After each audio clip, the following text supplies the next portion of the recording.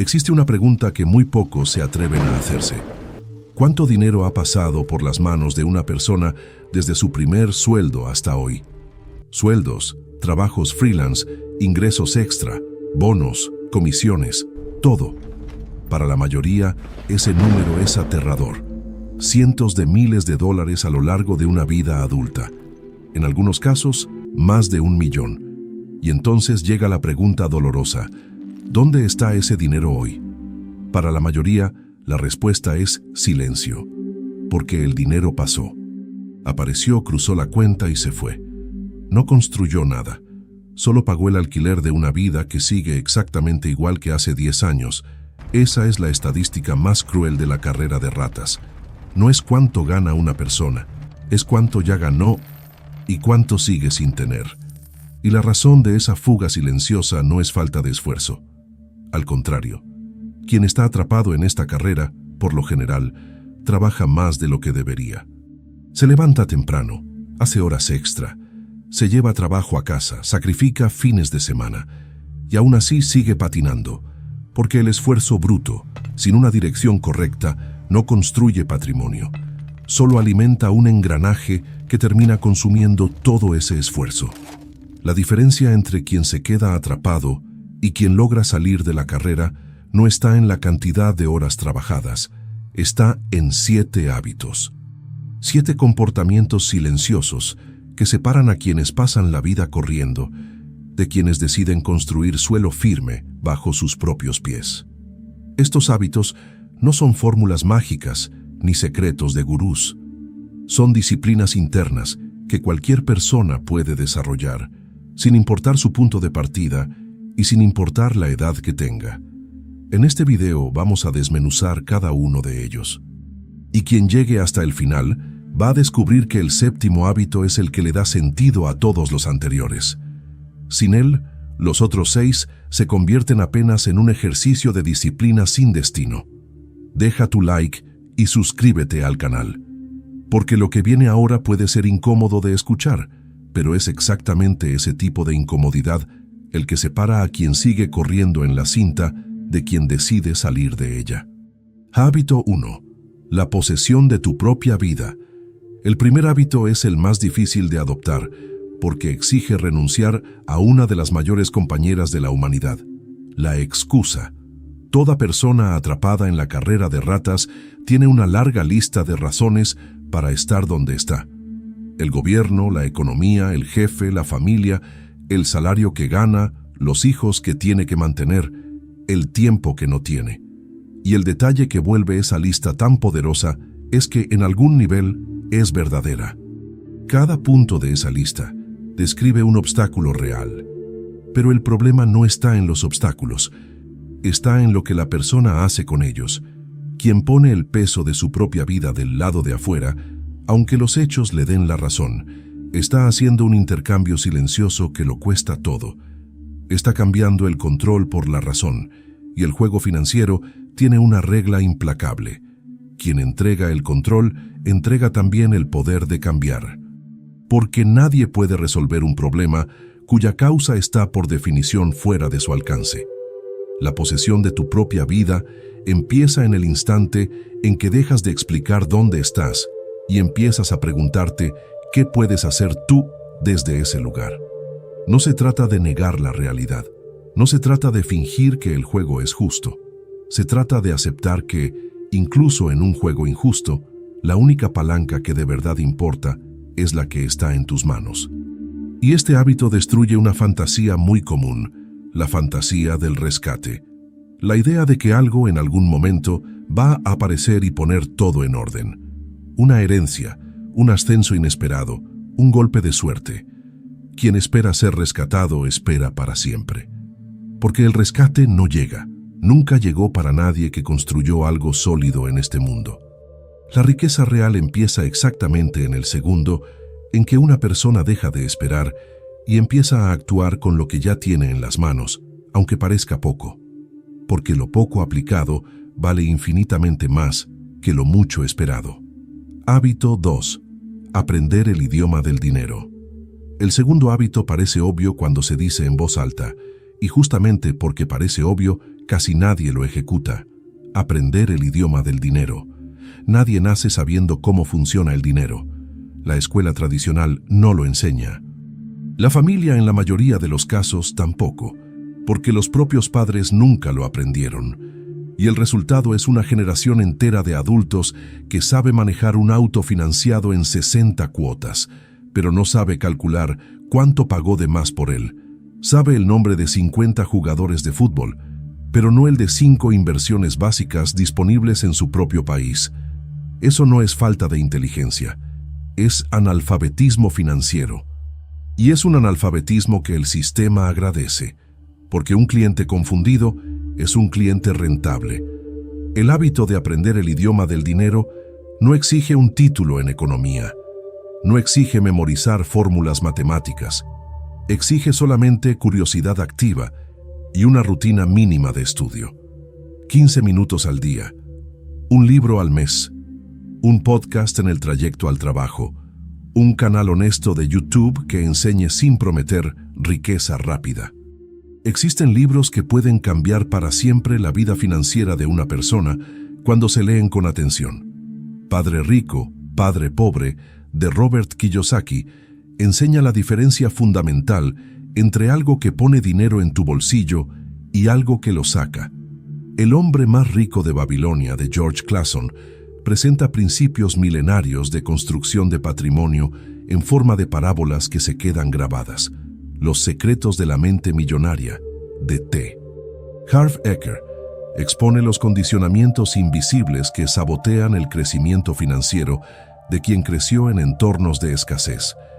Y La psicología del dinero, de Morgan Housel, muestra que el comportamiento financiero tiene mucho más que ver con la emoción que con la inteligencia técnica. Esos 4 libros leídos y aplicados le dan a una persona más claridad financiera que 10 años pagando cuentas en piloto automático. Y aquí va una pregunta para quien está viendo esto. ¿Cuál de estos ya pasó por tus manos? ¿Y cuál todavía no has leído? Déjalo en los comentarios. Cuando una persona aprende el idioma del dinero, deja de ser presa fácil del sistema.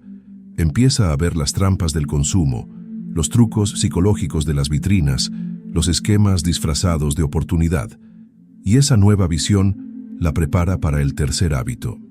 Hábito 3. La disciplina del margen. El tercer hábito es el que más resistencia genera, porque exige justamente lo que más duele en el mundo moderno: postergar el placer, construir aquello que nadie va a ver, cambiar gratificación inmediata por construcción silenciosa. La mayoría de las personas vive exactamente en el límite de sus ingresos. Gana 1,000, gasta 1,000, gana 5,000, gasta 5,000. Y ese es uno de los descubrimientos más perturbadores de la vida adulta. Aumentar los ingresos por sí solo no resuelve absolutamente nada, porque el patrón de consumo se expande para llenar cada centavo extra que entra. Es una ley tan constante que hasta tiene nombre técnico: inflación del estilo de vida. La persona que recibe un ascenso no se vuelve más rica, solo cambia de auto, se muda a un barrio mejor, viaja a destinos más caros. Al final del mes, la cuenta vuelve a quedar en cero, solo que ahora con más responsabilidades, más cuotas y más ansiedad. La disciplina del margen es el hábito de romper esa ley. Es decidir de forma consciente que una parte de lo que entra no le pertenece al consumo, le pertenece a la construcción. No importa si el porcentaje inicial es 10, 20 o 5, lo que importa es que no sea negociable. La persona que construye margen trata esa parte del salario como si fuera un impuesto. No la discute, no la toca, no cede. Y aquí está la parte filosófica de este hábito. El margen no es solo dinero guardado. Es espacio para respirar. Es la diferencia entre una persona que puede tomar decisiones y una persona que solo reacciona a las circunstancias. Quien vive sin margen pierde el derecho a elegir. Acepta el trabajo que apareció, aunque lo deteste. Soporta al jefe abusivo, aunque sepa que merece más. Todo porque no puede pasar 30 días sin el próximo salario. El margen compra autonomía, incluso antes de comprar bienes. Es la primera muralla entre una persona y la desesperación del imprevisto. Un neumático que se revienta, una consulta médica inesperada, una exigencia escolar de los hijos. Para quien tiene margen, esos eventos son molestias. Para quien no lo tiene, son tragedias que reorganizan meses enteros de vida. Y aquí está la paradoja más cruel de la carrera de ratas. La persona que más necesita construir margen es precisamente la que siente que menos puede hacerlo, porque quien está ahogado en cuotas considera imposible sacar cualquier cantidad de su rutina. Pero esa imposibilidad es solo una ilusión. Siempre hay un recorte posible, siempre hay una suscripción olvidada, un hábito de consumo automatizado, un gasto que se volvió invisible justamente por ser tan constante. Y es en ese pequeño recorte inicial donde todo comienza. Hábito 4. Ver los problemas como moneda. El cuarto hábito cambia la forma en que una persona mira su propio trabajo. La mayoría busca dinero preguntando dónde hay una vacante, quién está contratando o qué empresa paga mejor. Pero quien empieza a salir de la carrera de ratas aprende a hacer otra pregunta. ¿Dónde hay un dolor que todavía no ha sido bien resuelto? Porque el dinero rara vez está escondido en el esfuerzo bruto. Está escondido en los problemas que la gente pagaría por no tener. Quien aprende a ver esos dolores deja de ser solo alguien que vende tiempo y empieza a convertirse en alguien que crea soluciones. Hay un ejemplo que ilustra muy bien este cambio. Un electricista trabajaba en obras, cobrando por día trabajado. Ingresos limitados, dependientes del clima, de la demanda y de su disposición física. Si no aparecía, no entraba dinero. Si se enfermaba, el ingreso se detenía. Si su agenda se vaciaba, la vida se apretaba. En algún momento se dio cuenta de que cada vez que lo llamaban a una casa, los clientes hacían la misma pregunta confusa sobre cargadores para autos eléctricos.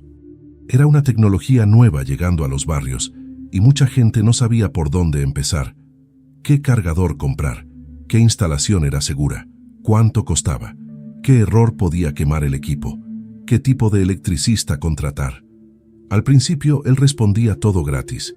Explicaba caso por caso, repetía las mismas orientaciones, mandaba mensajes largos, grababa audios, recomendaba modelos, hasta que percibió algo simple. Esa duda repetida no era pérdida de tiempo. Era un dolor del mercado apareciendo frente a él. Entonces estudió, obtuvo una certificación específica, empezó a hacer instalaciones especializadas, pero no se quedó ahí.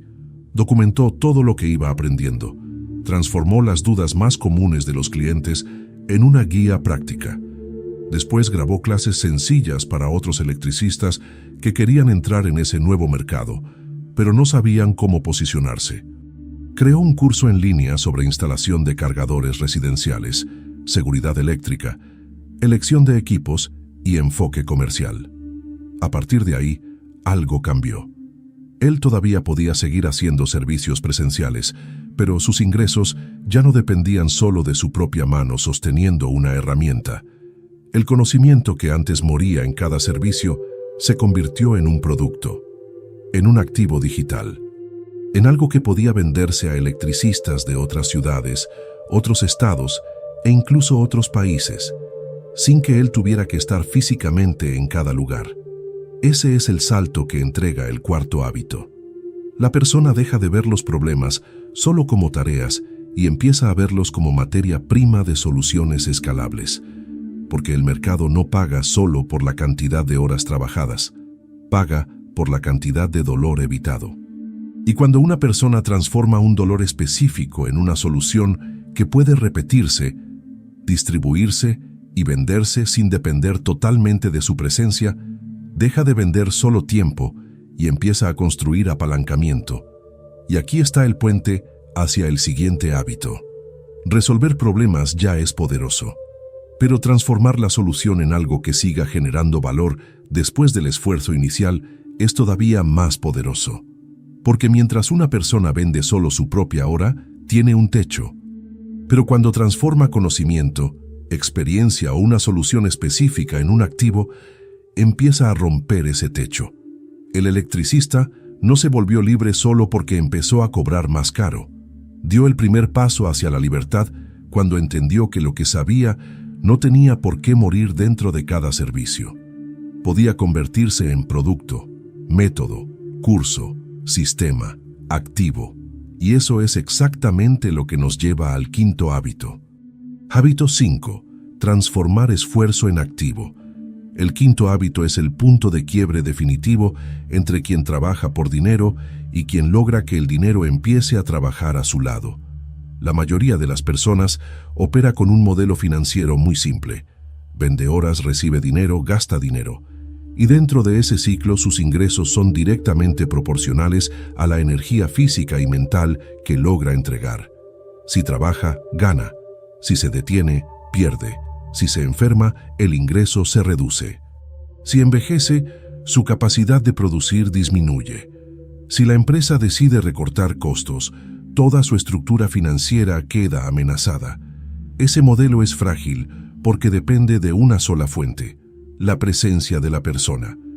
Mientras ella está ahí, entra dinero. Cuando se ausenta, el dinero se detiene, y tarde o temprano toda vida humana encuentra interrupciones. Enfermedad, edad, despido, cansancio, crisis, cambios de mercado, agotamiento. Nadie atraviesa una vida entera en capacidad máxima de producción. El hábito de transformar esfuerzo en activo es lo que empieza a proteger a una persona de esa fragilidad. Activo, en términos simples, es cualquier cosa que sigue generando valor después de que el esfuerzo inicial ya fue hecho o después de que el dinero fue puesto a trabajar. Puede ser un producto digital creado una sola vez y vendido muchas veces. Puede ser una cartera de inversiones construida poco a poco. Puede ser una participación en un negocio. Puede ser una propiedad alquilada. Puede ser una empresa estructurada con procesos. Puede ser una marca, una audiencia, una propiedad intelectual, una habilidad convertida en método. La diferencia central es esta. En el trabajo común, la persona necesita aparecer para cobrar. En el activo, construye algo que puede seguir produciendo, incluso cuando no está presente todo el tiempo. Construir activos es, en el fondo, una forma de comprar tiempo de vuelta.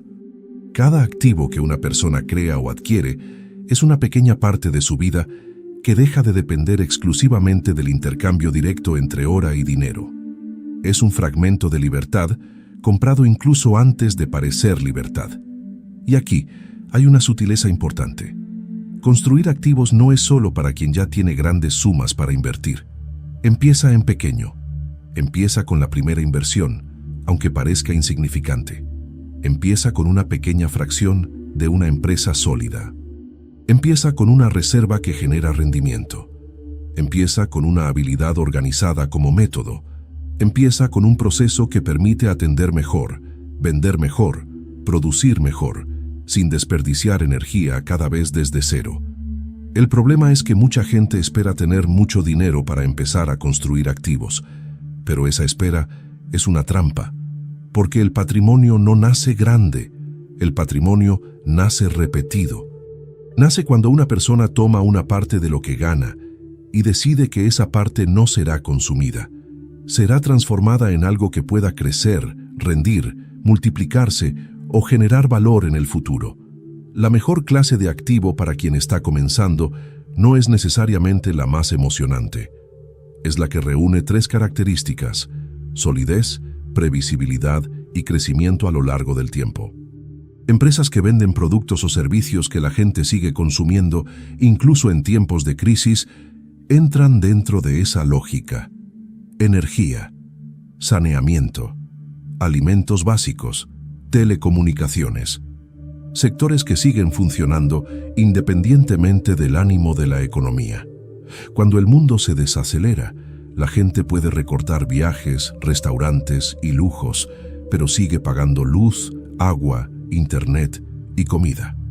Y las empresas que entregan necesidades esenciales siguen operando, generando ganancias y, en muchos casos, distribuyendo parte de esas ganancias a quienes poseen una pequeña fracción de ellas. Por supuesto, ningún activo es mágico. Ninguna inversión elimina el riesgo. Ninguna empresa crece en línea recta para siempre.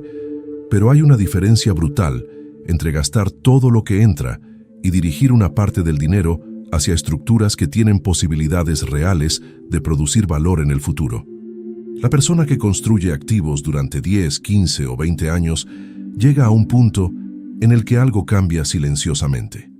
Al principio, el trabajo sostiene todo. Después, los activos ayudan un poco. Más adelante, empiezan a cargar una parte cada vez mayor del peso. Hasta que un día, los activos producen más de lo que el trabajo producía por sí solo, y en ese punto, la persona cruza una línea invisible. Deja de ser únicamente vendedora de su propia energía y pasa a convertirse en administradora de una estructura que genera valor por sí misma. Hábito 6. La paciencia de quienes construyen. El sexto hábito es el más raro de todos, porque exige justamente lo que el mundo moderno más desprecia: tiempo. Pensar en décadas en lugar de meses. La paciencia de quienes construyen. El sistema actual entrena a las personas para buscar resultados inmediatos. Aplicaciones que entregan comida en 20 minutos. Videos que duran 30 segundos. Inversiones que prometen duplicar el dinero en una semana. Ese condicionamiento crea un tipo de mente que ya no tolera ninguna forma de espera. Y esa intolerancia a la espera es, tal vez, el saboteador silencioso más grande de la construcción de patrimonio. Porque la riqueza real no funciona en plazos cortos, funciona a través de la matemática más hermosa y más cruel de la economía: el interés compuesto. Y el interés compuesto exige algo que ningún dinero puede comprar: tiempo transcurrido. Y aquí vale la pena citar el caso más emblemático que existe sobre esto: Warren Buffett. Ese hombre compró su primera acción a los 11 años. 11, con el dinero que ganaba repartiendo periódicos. Tardó exactamente 21 años desde ese momento hasta los 32 en convertirse en millonario. Y tardó otros 24 años, hasta los 56, en convertirse en multimillonario. Hoy, con 95 años, es uno de los hombres más ricos del planeta. Pero el detalle que pocos observan es el siguiente: cerca del 95% del patrimonio de Buffett fue construido después de los 65 años. Casi todo lo que tiene hoy fue generado en las últimas 3 décadas. No porque se haya vuelto más inteligente, sino porque el tiempo finalmente hizo el trabajo que solo el tiempo puede hacer: multiplicar lo que llevaba 50 años sembrándose. Ese es el secreto mejor guardado de la construcción de riqueza. No es cuánto se invierte, es durante cuánto tiempo se invierte. Una persona que aporta cantidades modestas durante 40 años termina con más patrimonio que otra que aporta cantidades altas durante 10. Porque el interés compuesto no es lineal, es exponencial. Y lo exponencial necesita tiempo para mostrar la curva. La paciencia de quienes construyen no es pasividad. Es exactamente lo contrario. Es acción continua sin ansiedad por obtener resultados inmediatos. Es seguir invirtiendo cada mes, incluso cuando el mercado cae. Es seguir acumulando, incluso cuando todos alrededor están exhibiendo gastos. Porque quien entiende el juego sabe que el resultado real solo aparece después de que mucha gente ya se rindió. Hábito 7. Comprar soberanía, no estatus. El séptimo hábito es el que les da sentido a los 6 anteriores. Sin él, todo lo anterior se convierte apenas en un ejercicio de acumulación. Comprar soberanía en vez de estatus. La carrera de ratas se alimenta de una ilusión poderosa: la ilusión de que el objetivo del dinero es parecer exitoso. Comprar el auto que comunica estatus. Vivir en la dirección que comunica estatus. Publicar el viaje que comunica estatus. Todo el sistema depende de esa lógica para funcionar. Porque mientras las personas sigan compitiendo entre sí para ver quién aparenta tener más, seguirán consumiendo, financiando, pagando en cuotas y nunca acumulando de verdad. El hábito 7 invierte esa lógica. Quien lo entiende deja de usar el dinero para impresionar y empieza a usarlo para liberarse. Y ese giro es silencioso, casi invisible para quien lo mira desde afuera. Pero lo cambia absolutamente todo. porque el dinero usado como trofeo alimenta el ego, pero drena el patrimonio. Cada compra de estatus exige la siguiente compra de estatus. Es una adicción que crece con el consumo. La persona necesita un auto más nuevo, un reloj más caro, una ropa más exclusiva.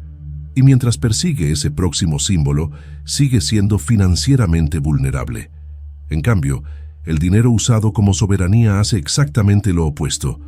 Compra el derecho a decir no. Compra la posibilidad de rechazar un mal trabajo.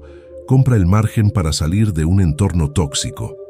Compra la calma de no depender del próximo salario para pagar el alquiler.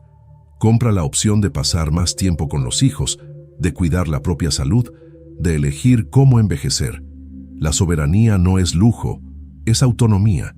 Es la capacidad de tomar decisiones desde lo que se quiere y no desde lo que se necesita.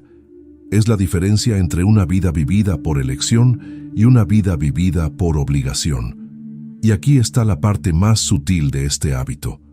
La soberanía financiera no es una cifra específica en la cuenta. No es volverse millonario.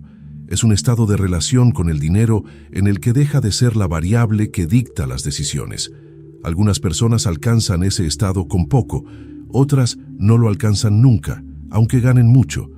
Porque la soberanía no depende de cuánto tienes, depende de cuánto necesitas para sostenerte con tranquilidad.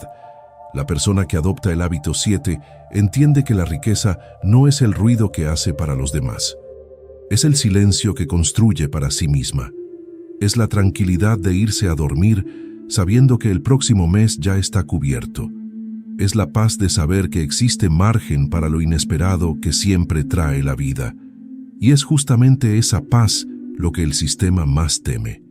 Porque una persona en paz no consume como compensación. Una persona en paz no compra por ansiedad. Y todo el sistema depende de personas ansiosas, comparándose unas con otras y consumiendo de forma constante. 7 hábitos. 7 disciplinas internas que reorganizan por completo la relación de una persona con el dinero. La posesión de tu propia vida. El idioma del dinero. La disciplina del margen. Ver los problemas como moneda. Transformar esfuerzo en activo.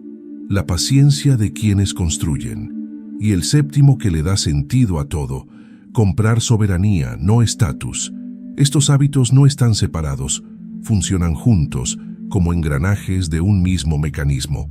La posesión de tu propia vida abre espacio para aprender.